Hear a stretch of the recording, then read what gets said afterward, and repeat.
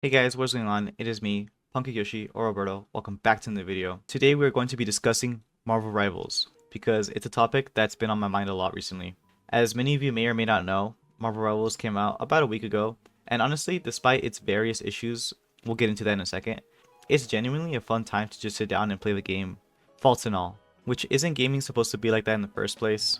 I've heard a lot of talk online about what they should do with this game, how the devs should handle such a massive undertaking. Should they take a note from Overwatch and balance the shit out of everyone so it could feel like a modern day League, Valo, or Overwatch, where they can have an established meta and talks of esports could be involved? Or should they say fuck it and just leave everyone broken? Which, let's be honest, it's a part of the charm right now. The state of the game is, well, messy, and that's to put it lightly. Every fight you brawl out feels like a 50-50% chaotic mess.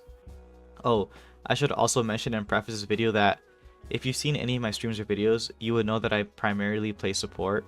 And well, that can totally change the perspective of this whole video. So if you're the Spidey that loves to rush the enemy team by yourself and then die 80 meters away from the point, you're probably gonna hate this video. Here are my credentials. I think I need psychological help. But here, I'm about to drop some knowledge bombs on y'all. Boom! As someone who plays primarily support, I get to see your mistakes from the backline. It's like we're rushing into war, and I'm your coach, watching your tactics. Let me tell y'all something from someone who primarily plays team-based shooters. Rule number 1, your team comp actually matters. I know that Marvel Rivals doesn't have a role queue, and no one is forced to pick a certain role, but the bare minimum you should have on your team is 1 tank and 1 support. The rest doesn't really matter. Anything more than 2 support is overkill. As a Jeff the Shark main, if someone were to pick Jeff, I would play Luna Snow. Now, if someone's playing Jeff and Rocket, I will not pick a support, even though it is where I excel at, because it is not what the team needs. So I would pick Squirrel Girl, for example. Or if it comes down to it, Captain America, even though I usually suck balls at tank. You see the small compromise I made? You have to do the same if you have 6 damage on your team. Make the executive move and hop on tank, and tell your boy to hop on support.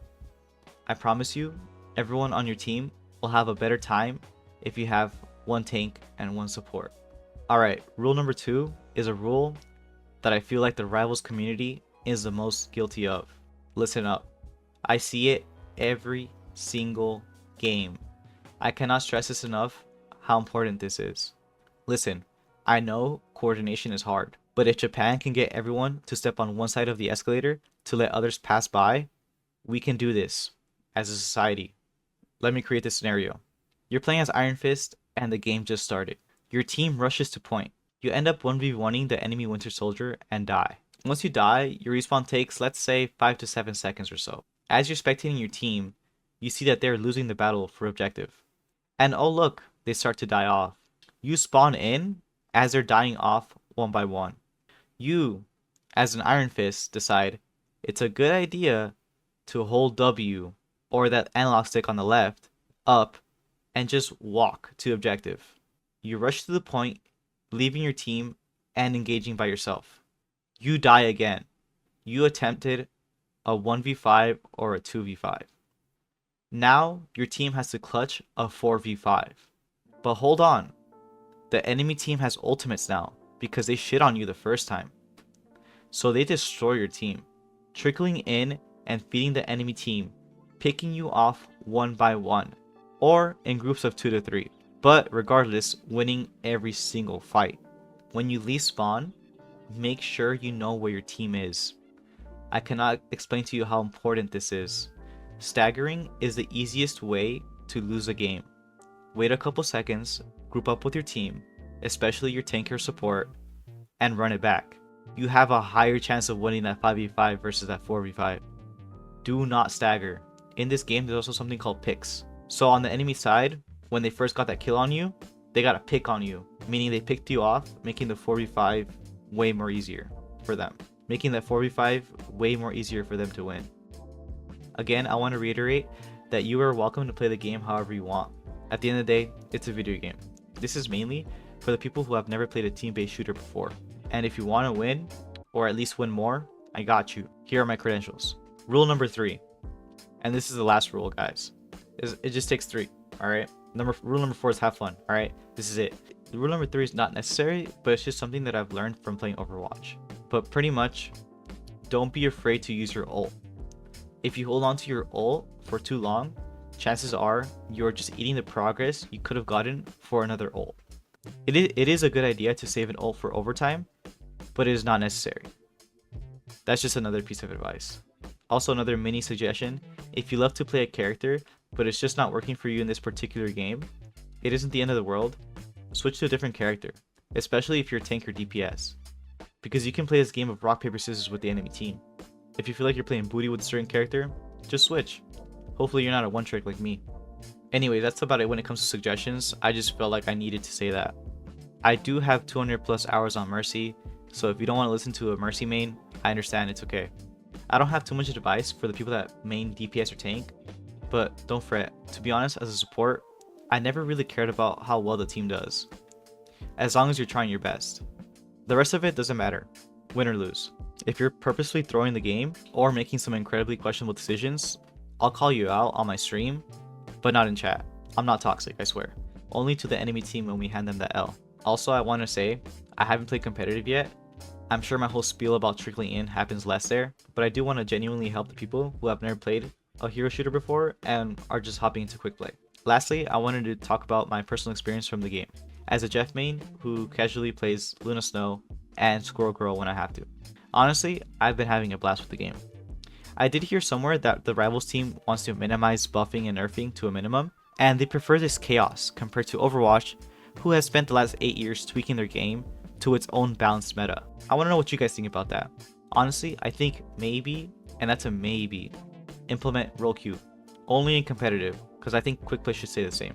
Also, if you clicked on this video because of the clickbaity title and thumbnail, it's not that I don't think Marvel Rivals is a better game than Overwatch. And honestly, I'm not an Overwatch glazer. The developers did what they did with their game. If I'm being objectively honest, I think in its current state, Marvel Rivals isn't as refined as Overwatch.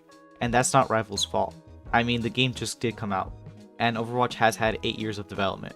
That being said, Rivals did have a closed beta, and I believe alpha version, that some streamers got to play.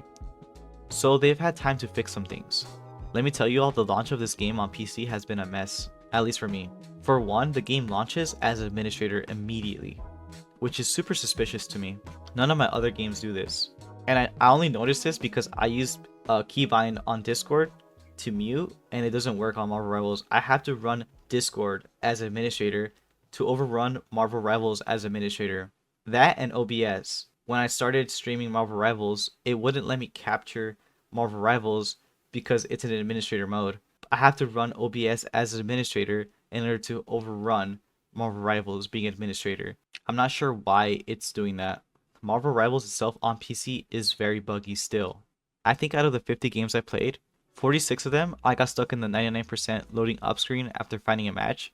And this happens to my friends on PC too, not just me. And it's only PC, not PS5, I've noticed. Also, PC does this thing where you spawn in without being able to see your character model or anyone on your team. So you walk onto the fight, spamming your attack or abilities, not knowing what the hell you're doing, and then sporadically in the first fight, everything just pops up.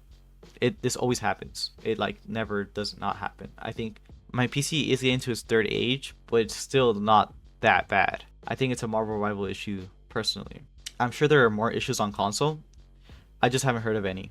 And I'm not on console, so I wouldn't know.